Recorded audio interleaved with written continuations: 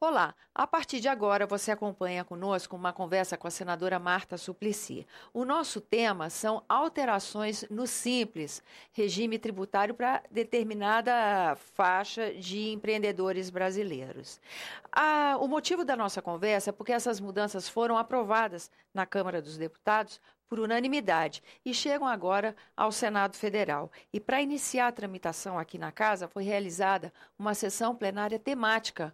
Quem presidiu a sessão foi justamente a senadora Marta Suplicy, que conversa agora conosco sobre o tema. Senadora, muito obrigada pela sua presença aqui no nosso programa.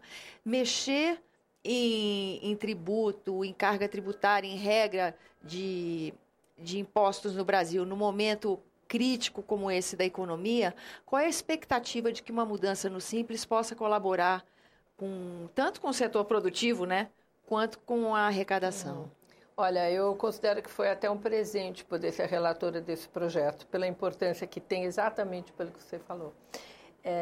Ele vai ampliar as faixas pelas quais os contribuintes do Simples hoje, eles mudam de faixa a cada crescimento da sua empresa. E isso hoje é muito complicado, porque o Super Simples ele foi criado em 2006. Foi ótimo, teve uma repercussão muito boa em tributação, tanto para a União, Estado e Municípios, como para todos. E principalmente também para quem recolhe, né? Para quem recolhe, como você está falando. Agora, depois foi criado em 2008 a figura do microempreendedor, que também foi uma ideia que funcionou muito bem. Depois foi feita uma ação complementar o ano passado do Super Simples e agora nós estamos regulamentando tudo isso e eu acho que vai dar muito certo. Por quê? Porque hoje, quando o pequeno chega no 3.600.000 reais de faturamento, o que acontece? Ele muda de faixa. E são 20 faixas. Cada vez que ele cresce um pouquinho, ele já entra na outra faixa. Só que a trombada da outra faixa chega a ser 30% a mais, 25% a mais. É um impacto. Não, o cara fala assim, eu não quero mudar de faixa. E aí, o que ele faz? Aí, ele faz uma filial para a sogra, uma para o cunhado...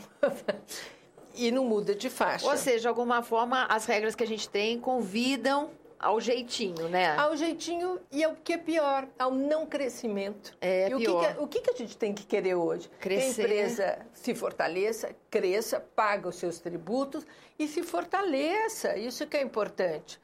Dentro da lei, né? E teve um depoimento que a pessoa dizia que quando chegava perto do Natal, fatura muito. E aí vem o contador tal, e fala assim, olha, mas já estourou, não pode. E aí começa a fazer nota fria, ou não fazer nota.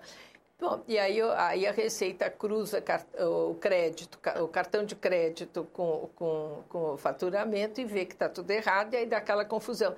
As pessoas querem evitar isso, só que sentem muito medo de mudar essa faixa e não ter depois como manter tudo isso. Então, o Super Simples, ele é simples mesmo, né? Fora não ter uma burocracia gigantesca, é mais fácil do que o lucro presumido, ele permite que a pessoa mude agora, em vez de ser 20 faixas, são 7 faixas. E essa mudança é boa. Mas eu gostaria de falar para você também, por exemplo, de 2007 a 2015, o Simples Nacional arrecadou 351 trilhões, dos quais 265 trilhões ficaram com a União. 57 trilhões, eu não estou falando as vírgulas depois, foram para os estados e o Distrito Federal, e 27,9 trilhões foram para os municípios. Quer dizer, é uma arrecadação que está sendo bem dividida, né? E de acordo com o Cadastro Geral de Empregos e Desempregados, isso é muito bom. Os pequenos negócios são os que mais empregam, né? Tiveram um saldo líquido de 526.928 novos postos, enquanto as médias e as grandes fecharam 380 mil postos. Quer dizer, enquanto o outro acrescenta 500 mil postos, os grandes e os pequenos, os grandes e os médios perdem postos. E o que a gente vê é que, geralmente, os pequenos não são valorizados. né? O crédito, por exemplo, é fácil você obter um crédito no BNDES se você for grande e tal. Agora, se é pequenininho, você nem chega. Você vai no banco, o juro é estratosférico. Então, nós precisamos olhar, porque quem está sustentando o país são os pequenos. Quem está gerando emprego, mesmo agora já com essa crise que nós já estamos começando a viver, é o pequeno, né? Então, preservá-lo mais do que nunca, né? Sim. Da condição dele querer crescer sem o contador alertar que aquilo pode ser uma ameaça, né? Exatamente. Agora, por exemplo, nos últimos 10 anos, as micro e pequenas empresas, elas foram responsáveis por, aí é esse número, por 87,4% do saldo de geração líquida de empregos no país. Isso é importante. Contra 12,6% pelas médias e grandes, quer dizer, de 80 para 12. Aí dá para ver o tamanho de quem está empregando. Né? A importância que o setor tem. Bom, agora a gente estava falando da mudança de uma faixa para outra. Aqui eu tenho dado preciso. Mudar, quando ela sai da faixa 1 para a faixa 2 atualmente, o impacto é 36% de aumento de carga tributária. Nossa, você acha que dá? Compromete o próprio negócio. Não dá. E quando ela sai da faixa 2 para 3, é 3,25%. Gente, é muito diferente, é muito diferente. Não, depois vai diminuindo. Não, o primeiro impacto é 36, depois diminui, vai pesado. 3, depois vai 4, depois vai aumentando, mas aí não é a paulada dos 36. Mas chega a 50% muito rápido. Né? E é tudo desproporcionalmente rápido, né? Total. Em vez de ser uma rampa, como deveria ser uma tributação, ela é na pessoa, choque. O que impede a pessoa de poder participar, né? Do jeito que esse projeto chegou da Câmara, ele já dá essa condição de aprimoramento do regime? O projeto chegou muito redondinho. É mesmo? É um projeto muito bem feito. Ele ficou muitos anos na Câmara, ele foi amplamente discutido. Tanto é que eu vou fazer uma audiência pública aqui, que foi ontem, né? E vamos fazer uma dia 23 na Assembleia Legislativa de São Paulo. São Paulo é o estado que mais tem microempresário e mais forte no Super Simples, né? E depois nós já vamos falar com o presidente Renan, se pode já dia 24 eu já entrego aqui, dia 25, e na semana seguinte a gente já pode na CAI pedir uma votação e uma urgência para o plenário para chegar na primeira semana de dezembro, tem que chegar na Câmara de volta, porque nós vamos ter... Eu, por mim, nem voltaria. Sei. Porque tem pequenos detalhes que dão para melhorar, mas poderiam passar batido em virtude da pressa que se tem. Mas por que tem que chegar com essa pressa? Porque fizeram um erro de redação na Câmara e puseram que o projeto comece a vigorar em 2016. No exercício fiscal? É impossível, porque nenhum município, nenhum estado, ninguém está preparado para começar. Então, vai ter que voltar. Como vai ter que voltar, nós estamos fazendo alguns ajustes que estão chegando de sugestões, tudo. Mas a maioria é muito pequena. Se não fosse essa premência de ter que mudar isso, premência não, necessidade, não necessitaria voltar de tão bem feito que eu achei que está o projeto, né? E ele é bem recebido na CAI? Imagino que sim, né?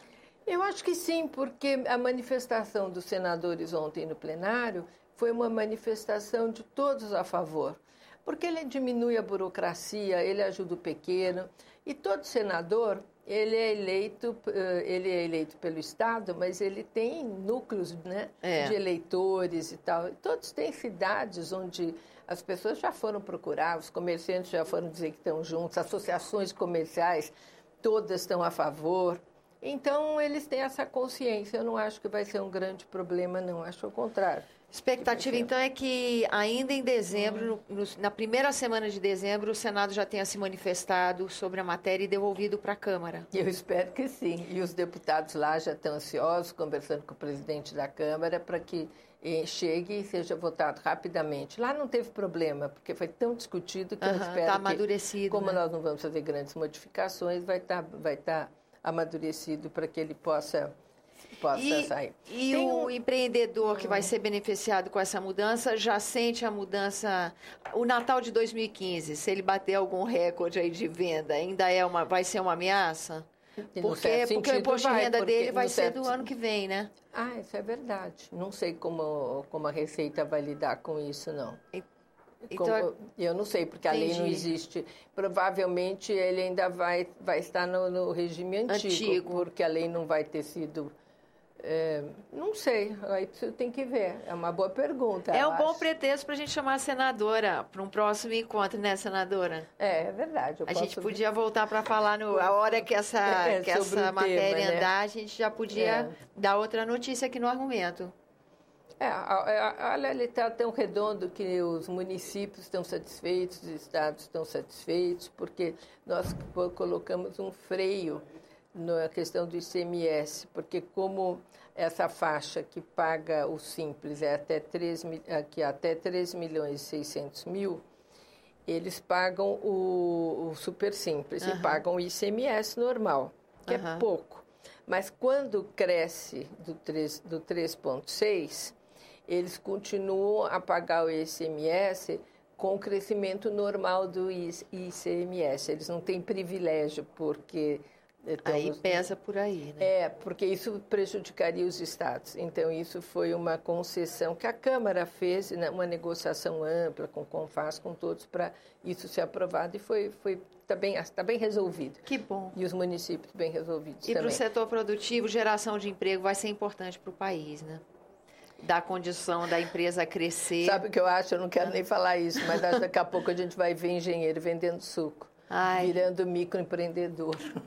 Tão difícil que está a situação do a situação está desafiadora. Inclusive, o dia que a senhora quiser voltar ao argumento para a gente fazer um sobre conjuntura política, ia ser uma alegria, ia ser uma honra para o programa, senadora. Tá, eu agradeço sua presença aqui conosco no argumento. Obrigada. Viu? Agradeço a você que nos acompanha pela atenção. Lembro que você está convidado a fazer sugestões e críticas ao trabalho da TV pelo 0800 61 2211, que é uma ligação gratuita. E quando você quiser rever esse ou outro dos nossos programas, endereço eletrônico senado.leg.br/TV. Até a próxima.